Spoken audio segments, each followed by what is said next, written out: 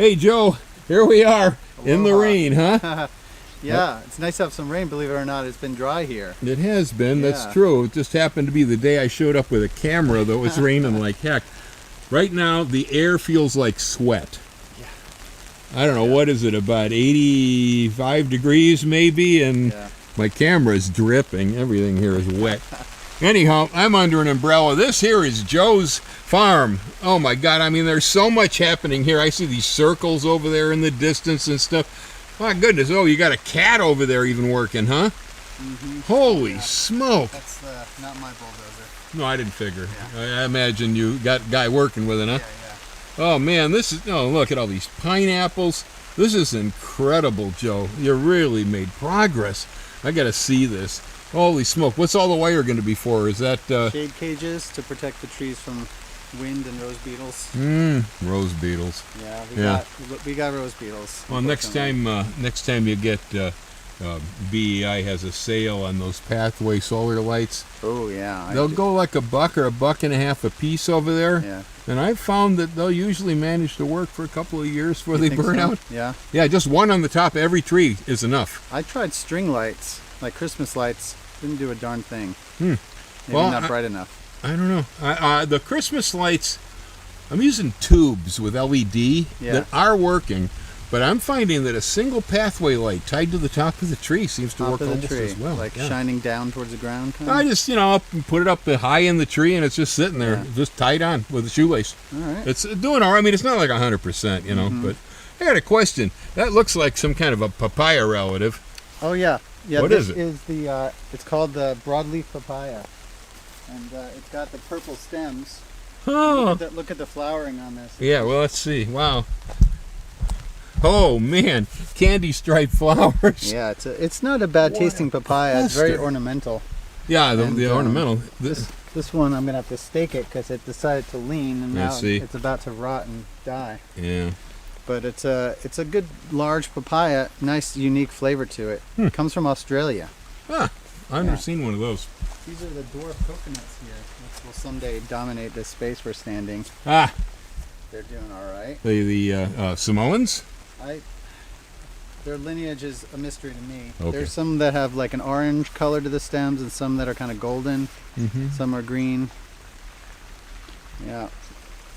And this is a crop of peanuts behind you. Regular old peanuts. Regular peanuts. Old, not the perennial type. Yeah, I see. They stand up higher. They've been a mixed bag here because there's a very mysterious sudden death that seems to get them. I don't know if it's nematode. I don't know what it is. Well, mealies will get under there. Mealies? Yeah, I've seen root mealies on peanut here, just thick as all get out. Root mealies, huh? You'd know right away though if you yanked them out. Really? Yeah, they'd be hanging all over there. I don't fertilize as much because, they should be self-fertilizing. They don't need a lot, Joe. They could just be finishing. That's how you doing. Let's see. Well, this is kind of a weak one. No, it's kind of weak, yeah. There's some... Yeah. Is that it? See, you're getting clusters of mealies in there. Or some kind of a scale, actually. That's not a mealy. Huh. Yeah, that's what you got. You got a bug. Huh. This solanum looks familiar. Is that one of the... African perennial eggplants? You're correct, yeah. Ethiopian eggplant. Yeah, they're bitter, right? No, they're not that bitter, actually. These orange ones are quite nice. Are they? Very mild areas. They're basically growing in wood chips, which are rapidly turning into compost. They look like they're doing all right. They look fairly strong. Get some Xanadu stuck in the corner here. I need another one of those one of these days.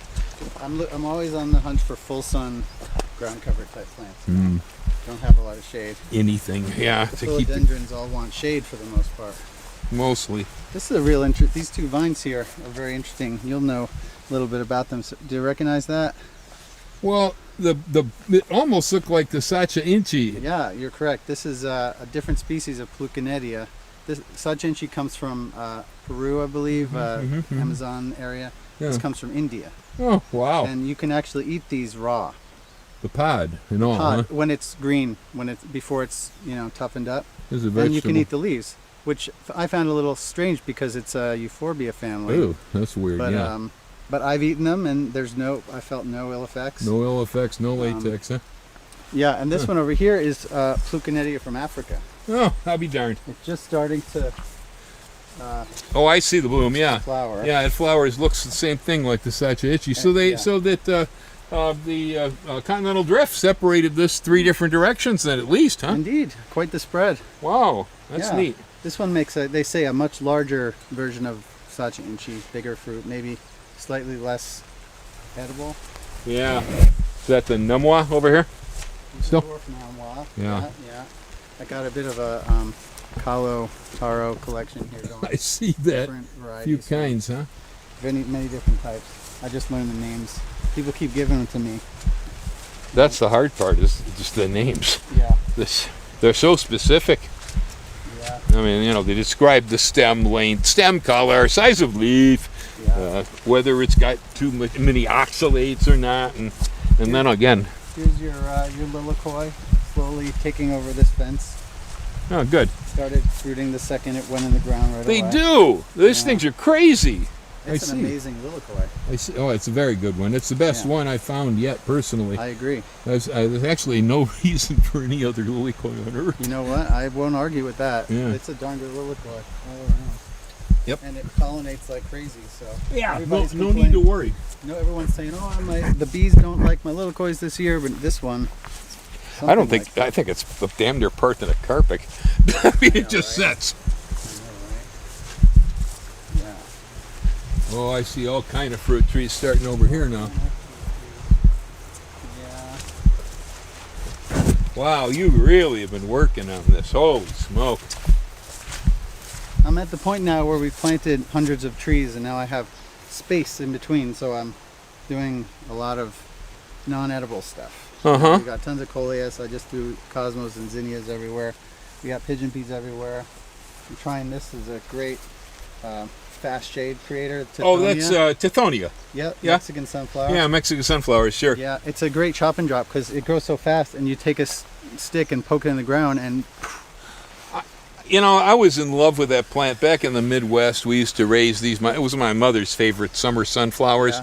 but they're annuals there. Here, they're perennials. Yes. I've actually been a little scared of them here.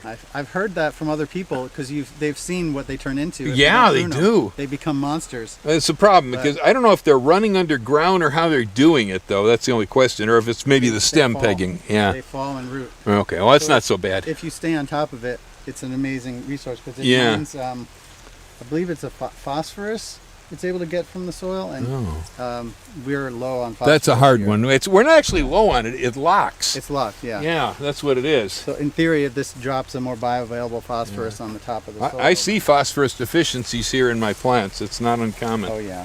I'm trying my best to figure out the right combo of amendments. Mm-hmm. Calcium, I think, is another one that That's another we need one. to get in. Yeah, I wish I was spending more time worrying about it personally, because I have problems too. Yeah, pigeon peas grow like crazy here. They grow so fast that they cannot remain intact. They fall apart. I'm constantly coming out and finding branches that have snapped off from the weight of the rain on them. Yeah. You know. Well, that's good. I mean, that's what you got them there for anyway, is to drop. Yeah. Oh, here's another one. Fresh drops. Yeah, mine do the same thing. Yours are growing harder, stronger, faster than mine are. Something here, I don't know, maybe it's the wood chips or whatever. Maybe someone fertilized them? I have no idea. I've never fertilized Okay, them. well then I can't explain, but yours are, that's very robust. They get a lot of mulch. I'd say this was planted about 6 months ago. Oh, then they really are growing fast. Yeah, that's huge. Remember this tree? You grew this tree for me. Yeah. Wow, that was the one, yeah? Yeah.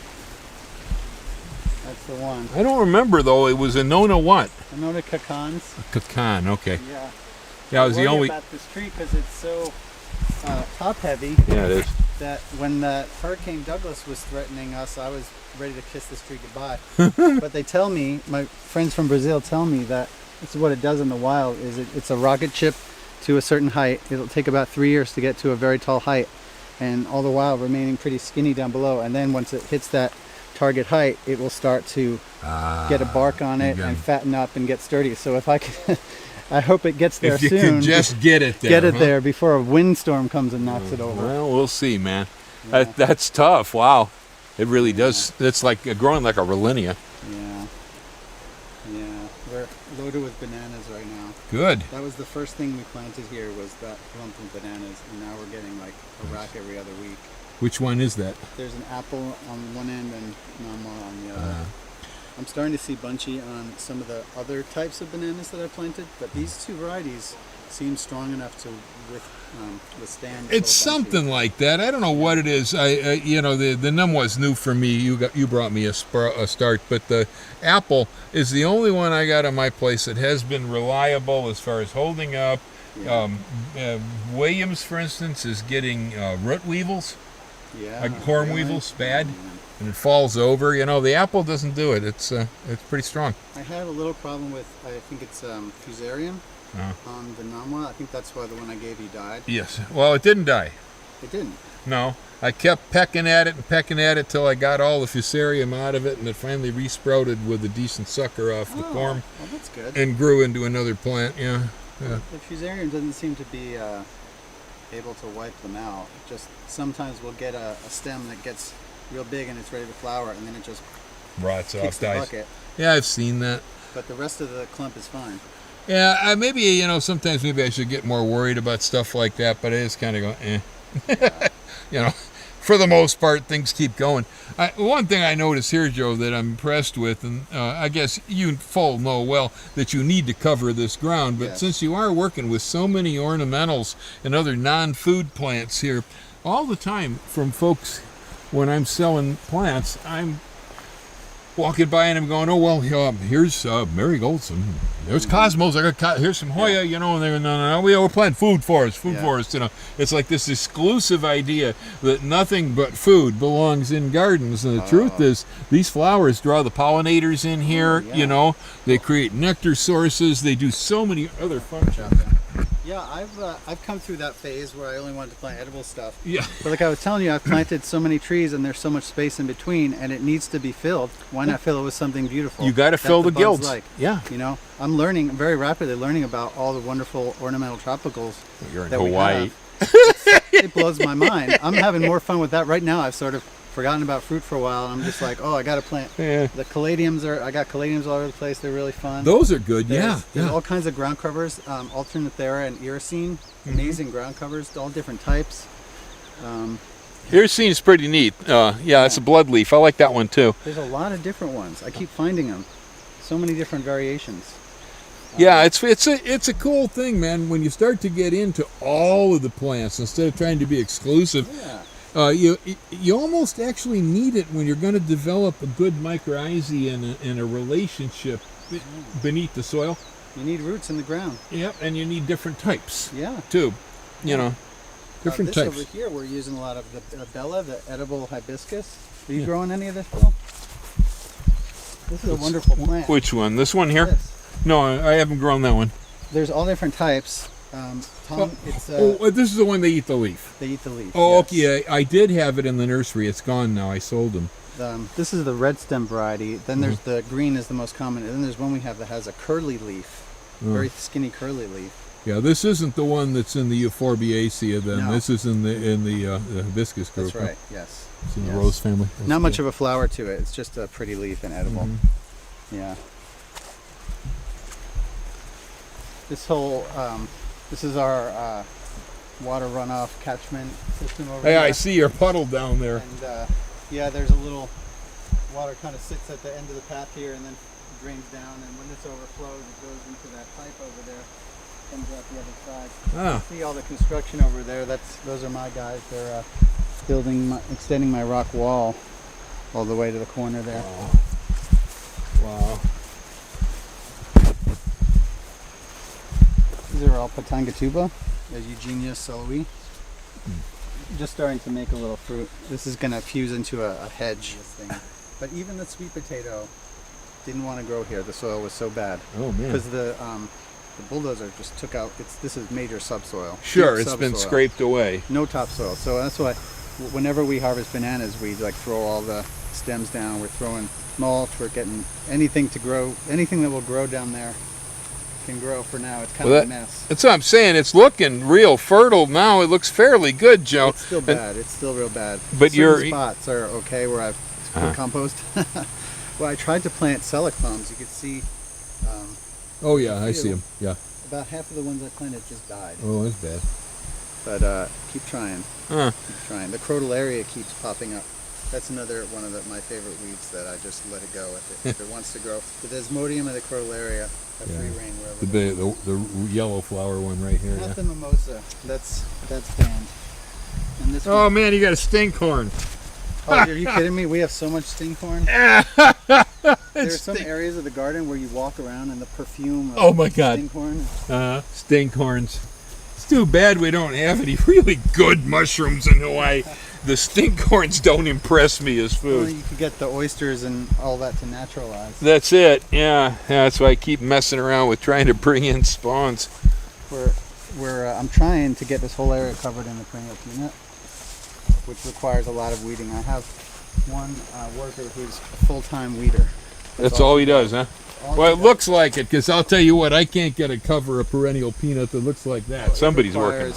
I think 2 solid years of weeding before it can stand on its own. The Desmodium is great because it grows a little bit faster than the peanut, and it kind of looks similar. It does, yeah. Oh, sorry.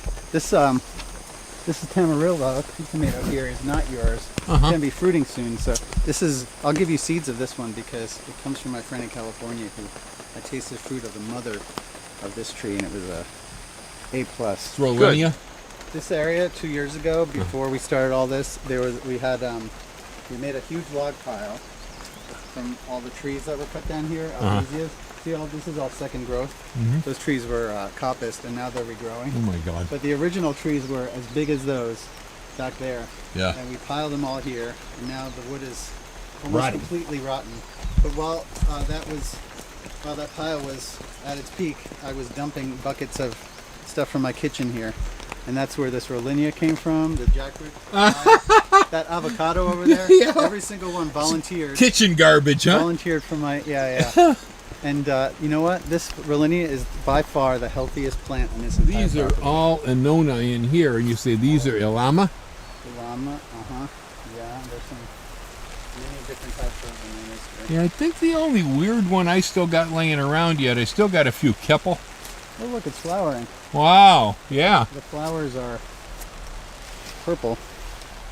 Pawpaw looking color.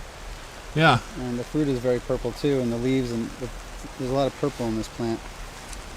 I would, it smells like mold or rotten, like moldy definitely bread. attracting flies or something. Moldy bread. Yeah, that's exactly moldy bread. Yeah. We pile a lot of logs everywhere, as you can see, and then the challenge is getting something to grow over the logs that you want. So this stuff works. I got all these bush beans I'm trying. What is that? This? No. This? Yeah. It's called Okinawa spinach. Oh, okay. I've heard of it. Yeah. Not familiar much with it, but. You got the cassava up here. These trees all here are called safu, the African butterfruit. It's very, very interesting fruit because it's like an avocado but with a little bit of lemon. Okay. Very high in fat. It's a soursop rootstock, which works pretty well here as a rootstock. It doesn't sucker like pond apple does. Most people like pond apple, but it's a lot of maintenance keeping the suckers off of it. I'm having a problem getting my cherimoyas to bloom. Yeah, I know. Everybody says that. I don't think it gets cold enough. If it's too cold at your elevation, then I'm really screwed. Yeah, right. Or too warm. Too warm. Yeah. So I'm doing a lot of sun hemp cover cropping. This is sun hemp. Nice. You can see if you look way over yonder, that field with the yellow flowers, that's like all in bloom. Like an acre of sun hemp. Oh wow. And so what I do now is I plant the trees.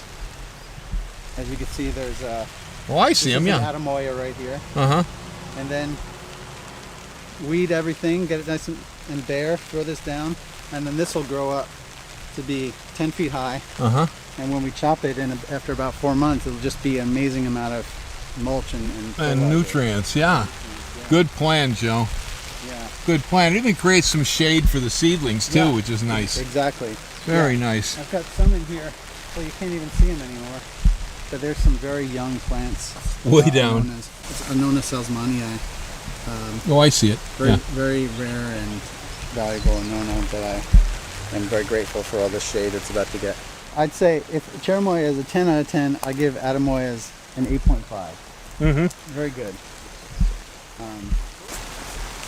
These here in the cage are, I've got a few Anonas here that I think are going to turn out to be really successful in Hawaii. Yeah, and what kind is it? This one is, it's not even in the Anona genus. The Latin name is Anicia petalum carpino, and it's from the Amazon. It's hardly ever been grown outside of the Amazon. Some guy sent me seeds of it. We found them in the jungle. Oh shit. And the neat thing about this fruit is it looks like a nectarine. It's round, reddish, blush on the yellow fruit. Cut it open, inside is kind of yellow-orange. The way people have described it to me, I have a feeling it's going to have kind of a pawpaw flavor to it. That type of Anona. And it grows really well here. It seems to like the wet. Like, you know, there's certain Anonas like Rollinia that are like at home in love it here. In Hilo and the whole east side of the island. They love it here. That branch, the cherimoya, is definitely not that type of Anona. Soursop is another one, right? Those two are like at home here. The way this is growing, I think it's going to be that type. Well, that'd be nice. Yeah, it'd be nice because we have a chance on growing a lot of different Anona over here. But the fact is it's borderline in a lot of them. Not cold enough for cherimoyas, way too warm for pawpaws, for instance. You know, and then a whole lot of them like it drier too. Yeah, that's true. I have some of those. Yeah, some of them will actually, in their native range, they will like die back to the ground. Yeah. During the dry season, it's so dry. Yeah. And so they certainly don't like the weather around here. The types that'll do that. But you can see. So I got 3 of those here. This one doesn't have a cage. That was my experiment. And you can see the difference in health. The growth. Even without the cage, because it's just so hot. It'll be darn. Yeah. The sun is so intense. It hasn't been raining that much, so it's not ideal for plants to just go out without protection. But that over there is a fiberless soursop, which I got to taste. I've always been curious, like, is it really what they say? They say it's like a cherimoya you know what it really was. There's no cotton ball texture. Really? Just scoop it out and eat it. No chewiness. Well, I've got to come through here and do some seed shopping in your place once you finally get some fruit on some of this, because that sounds like a real nice idea. Oh, it's a winner. I got all these figs. I had a big fig collection in California. Yeah. And I sent cuttings of all my figs and got some cuttings from another friend. And I have like 80 or 70 different types of figs.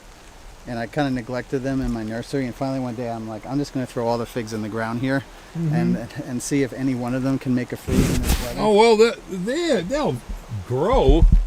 I just highly question birds, B, rain, mold. It's so wet, you know. I know. They, a few of them have made fruits, and the fruits always split before they get 100% water issues, of course, you know. Yeah.